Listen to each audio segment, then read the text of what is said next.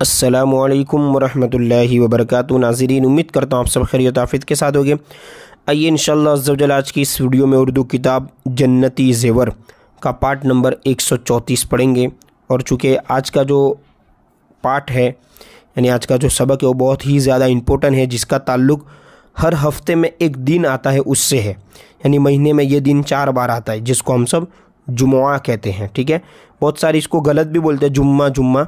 सही तलफ़्फ़ुज़ जो है कुरान की आयत में भी जो है यौमल जुमुआती, ठीक है, तो जुमुआ है ना, या जल्दी बोलेंगे तो जुम्आ है ना, जुम्मा जुम्मा ये गलत हो जाता है। ठीक है, तो ये जुमुआ का बयान जो है हमें पढ़ना है इंशाअल्लाह, और बहुत ही बेहतरीन बयान है, इसे याद भी रखें, हर एक के लिए ज़रूरी भी है। ठीक है, देखिए जुमुआ फ़र्ज़ है और इसका फ़र्ज़ होना ज़ोहर से ज़्यादा मुअक्कदा है।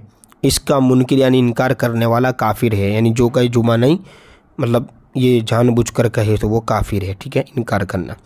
हदीस शरीफ में है कि जिसने 3 जुमे बराबर छोड़ दिए, यानी एक साथ छोड़ दिया ना, बिल्कुल 3 जुमे एक साथ छोड़ दिए, जैसे पहले हफ्ते भी नहीं पढ़ी, दूसरे हफ्ते भी जुमा की नमाज़ नहीं पढ़ी, तीसरे हफ्ते भी, तो क्या है कि इस है ना छोड़ दिए, उसने इस्लाम को पीठ के पीछे फेंक दिया, वो मुनाफिक है, यानी वो शख्स मुनाफिक है और अल्लाह से बेताल्लुक़ है, यानी अब उसका अल्लाह से कोई ताल्लुक़ नहीं।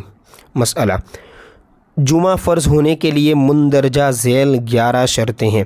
ये देखिए लफ्ज़ आता होगा, आपने भी देखा होगा, मुंदरजा ज़ैल यानी आने वाले नीचे, है ना, यानी जो अल्फाज नीचे आ रहा है वो, यानी 11 शर्तें जो नीचे बयान की जा रही है। देखिए यहाँ से 1, शहर में मुकीम होना, लिहाजा मुसाफिर पर जुमा फ़र्ज़ नहीं, यानी जो शहर में होगा उसी पर जुमा फ़र्ज़ है। आज़ाद होना, लिहाजा गुलाम पर जुमा फ़र्ज़ नहीं, जो गुलाम है उस पर नहीं, जो आज़ाद है उसी पे जुमा फ़र्ज़ है। तंदुरुस्ती, यानी ऐसे मरीज़ पर जुमा फ़र्ज़ नहीं जो जामा मस्जिद तक नहीं जा सकता। 4, मर्द होना, यानी औरत पर जुमा फ़र्ज़ नहीं। आकिल होना, यानी पागल पर जुमा फ़र्ज़ नहीं। बालिग होना, यानी बच्चे पर जुमा फ़र्ज़ नहीं। अखियारा होना, लिहाजा अंधे पर जुमा फ़र्ज़ नहीं, जो देखने वाला उसी पर फ़र्ज़ है। चलने की कुदरत रखने वाला हो, यानी अपाहिज और लुंजे पर जुमा फ़र्ज़ नहीं, यानी जो हाथ पैर नहीं होते, ठीक है, उस पर जुमा नहीं। कैद में न होना, लिहाजा जेल खाने के कैदियों पर जुमा फ़र्ज़ नहीं। हाकिम या जालिम वगैरह का खौफ न हो ना, यानी कोई हुक्म देने वाला या जालिम का खौफ न हो।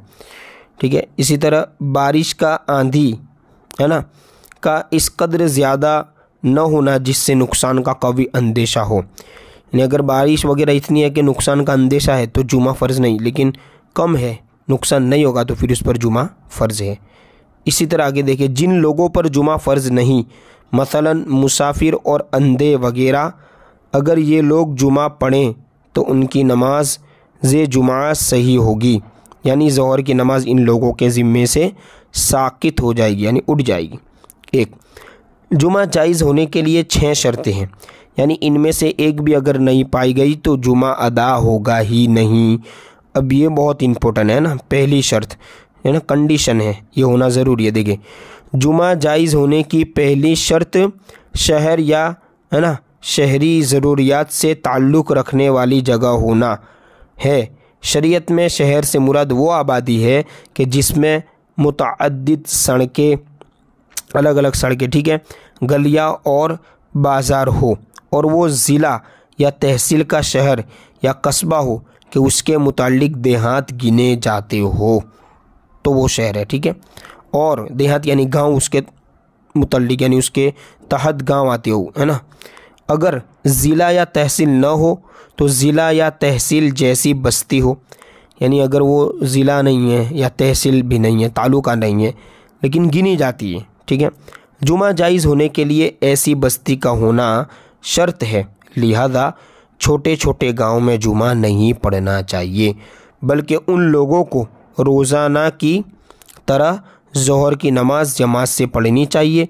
लेकिन जिन गांव में पहले से जुमा कायम है, जुमा को बंद नहीं करना चाहिए कि अवाम जिस तरह भी अल्लाह अज़्ज़ा वजल व रसूल सल्लल्लाहु अलैहि वसल्लम का नाम ले गनीमत है, लेकिन उन लोगों को 4 रकात ज़ोहर की नमाज़ पढ़नी ज़रूरी है।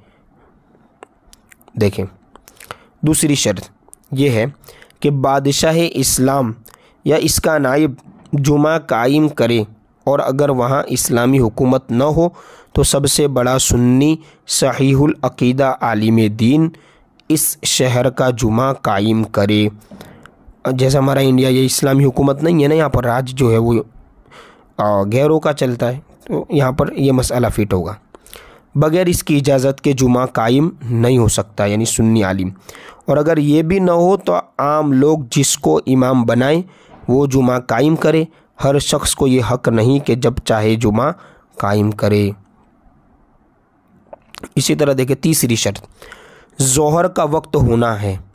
ये तीसरी शर्त है कि ज़ोहर का वक्त हो, लिहाजा वक्त से पहले या बाद में जुमा की नमाज़ पढ़ी गई तो जुमा की नमाज़ नहीं होगी।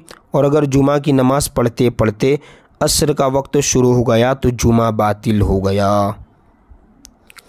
चौथी शर्त यह है कि नमाज जुमा से पहले खुतबा हो जाए। खुतबा अरबी ज़बान में होना चाहिए। अरबी के अलावा किसी दूसरी ज़बान में पूरा खुतबा पढ़ना या अरबी के साथ किसी दूसरे ज़बान को मिलाना ये खिलाफ सुन्नत और मकरूह, यानी खुद सुन्नत के खिलाफ और मकरूह है, नापसंद है। पाँचवीं शर्त जुमा जायज़ होने की पाँचवीं शर्त जमात है, जिसके लिए इमाम के सिवा कम से कम 3 मर्दों का होना ज़रूरी है। छठी शर्त इज़्न आम होना, यानी आम इजाज़त होना ज़रूरी है। इसका मतलब ये कि मस्जिद का दरवाज़ा खोल दिया जाए ताकि जिन मुसलमानों का जी चाहे आए, किसी किस्म की रुकावट न हो। लिहाजा बंद मकान में जुमा पढ़ना जायज़ नहीं होगा।